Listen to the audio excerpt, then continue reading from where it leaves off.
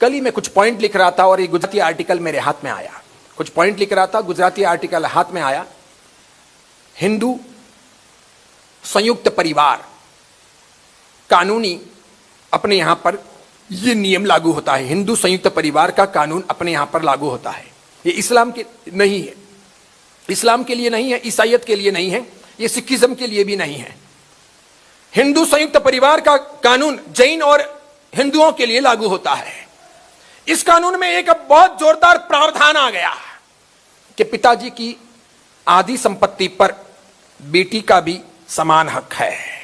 एक भाई और एक बहन है तो आधी संपत्ति पर, पिताजी की आधी संपत्ति या मां की आधी संपत्ति पर बहन का भी उतना ही हक है, उतना ही अधिकार है। ठीक है, मैंने लिखा फिर पिताजी के हॉस्पिटल और माताजी के हॉस्पिटल के बिल पर भी बहन का दायित्व लगना चाहिए। पिताजी के इतने सालों की परवरिश और माताजी के इतने सालों की परवरिश पर भी बहन का अधिकार लगना चाहिए। समझ रहे हो, उसका दायित्व होना चाहिए। जब बहन पैसे लेने को तैयार हैं तो बहन को खर्चा भी देना चाहिए। कई सारे भाई ऐसे हैं कि पिताजी माताजी की पूरे खर्चे को वहन नहीं कर रहे हैं तो बहनों को अपने घर से चेक भाई को भेजने चाहिए। अधिकार की बात कर रहे हो ना तो इसे भी करो ना। खाली पैसे लेने के लिए करोगे, खर्चे के लिए क्या होगा? 12 मास पिताजी और माताजी को खिलाया किसने? तुमने खिलाया क्या? तुम तो ससुराल चली गई 18 साल 19 साल 20 साल 21 साल की उम्र में। उसके बाद में भाई और भाभी ने खिलाया है, संभाला उन्होंने है। उनके डायबिटीज हैं तो इंसुलिन का, अन्य कुछ भी हैं तो तकलीफ, माइग्रेन की प्रॉब्लम है या अन्य कुछ हैं। ऐसी ऐसी स्थितियां भी उस भाई और भाभी की आई है कि वे 2 जने एक साथ में घर बंद करके जा नहीं सके कि अंदर बूढ़े हैं, पापा या मम्मी हैं, तो तुम तो घर पे रहो, मैं जाता हूं, या फिर मैं रहता हूं, तू जा। समझ रहे? तब बहन कहां गई थी? ऐसा एक दिन नहीं होता, ऐसा सैकड़ों दिन होता है। अधिकार में वे बातें भी आनी चाहिए। जब हम पैसे लेने को तैयार हैं, हुआ इस प्रकार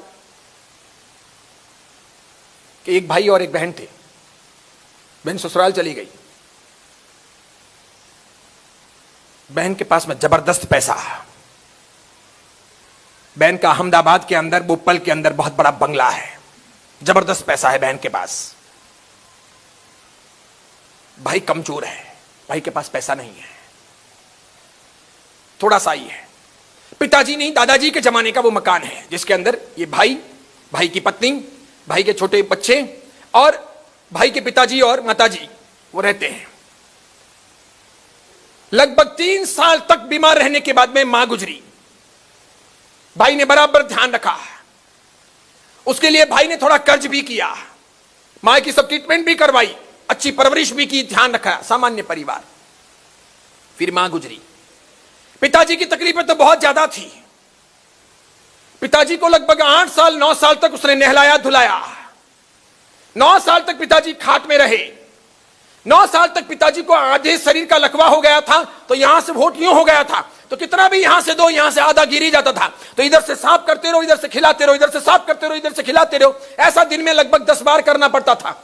अपने तो 15 मिनट में खा के खड़े होते हैं, उनको लगभग घंटा भर खिलाते, तब इतना फूड पेट में जाता, क्योंकि बहुत ज्यादा गिरता ही था, थोड़ा ही पेट में जाता था। इस प्रकार करके उनको 8-9 साल तक जिलाया।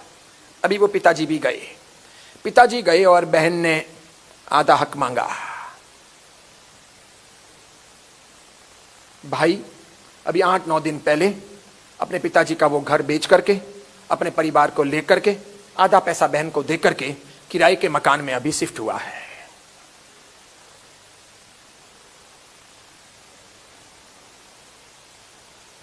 संपत्ति महत्वपूर्ण के संबंध महत्वपूर्ण, और इन दोनों के बीच में संवेदनाएं कहां हैं, फीलिंग्स कहां हैं? राखड़ी का मतलब क्या है? बहन को देना चाहिए था कि लेना चाहिए था? और बहन इतनी व्यस्त, बहन के तो क्लब की लाइफ, वो बोपल का इलाका, वो बड़ी बड़ी सहेलियां, वो लगभग 90 लाख 80 लाख की बहन की गाड़ी, उसका अलग ड्राइवर। तो कभी कभार जाते आते हाय मम्मा हाय पापा करने आती, 10 मिनट बैठती, बातें करती, वापस रवाना। 24 घंटे रात और दिन किसको करना पड़ता? सब भाभी को और भैया को करना पड़ता। और तो भी बहन ने हक मांगा। भाई ने भी मगजमारी नहीं की कि ठीक है, उसने सब कुछ बेचा, बेच के जितना पैसा आया पापा की प्रॉपर्टी का, मम्मी की प्रॉपर्टी का सब आधा बहन को दिया।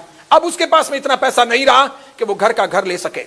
अब वो जिंदगी में कभी घर का घर ले नहीं सकेगा, वो तो कहीं नहीं ले सकेगा। उसकी तो अंदर की आत्मा भी दब गई होगी अब कि भगवान अब मौत दो, ये जितने बच्चे पैदा किए हैं या जो बहू है, पत्नी, इन सबका पालन पोषण कर लूं और शांतिपूर्वक जिंदगी बीत जाए, किराया तो किराया। यानी वो बाप जो अपने पापा और दादा दोनों के दिए हुए घर में शांतिपूर्वक रहता था और सबको उसने शांतिपूर्वक अंत तक पहुंचाया, वो अपने बच्चों को अब किराए का मकान देकर, यानी कर्ज देकर, यानी दुविधाएं देकर, दुख देकर इस दुनिया से विदा होगा। उस बाप के पास इतनी ताकत नहीं है कि वो अपने बेटों के लिए अब कभी मकान खरीद सकेगा। ये था भी सही पुराने जमाने का, ये भी तुमने बिकवा दिया, तो आज के जमाने में अब उस शहर में क्या मकान मिल सकता है? सोच बदल गई हमारी हो। और ये घटना अजैन की नहीं, जैन परिवार की है। कल जब मैं ये पढ़ रहा था तो मेरी आंखों से आंसू रुक नहीं रहे थे। मैं साधु हूं, मुझे कोई लेना देना नहीं है, मेरे कोई लेना देना भी नहीं है, मुझे कुछ मिलता भी नहीं है। मैं सोचता हूं कहां चला गया भगवान महावीर का समाज? क्या मतलब है प्रवचन सुनने का, मंदिर जाने का, स्थानक जाने का, तेरा पद भवन जाने का? क्या अर्थ है?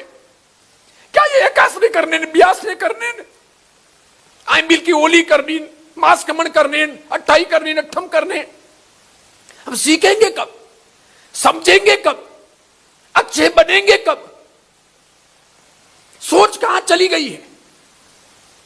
ऐसे परिवार बहुत है, बहुत है। आपको नहीं पता चलता, मुझे पता चलता है।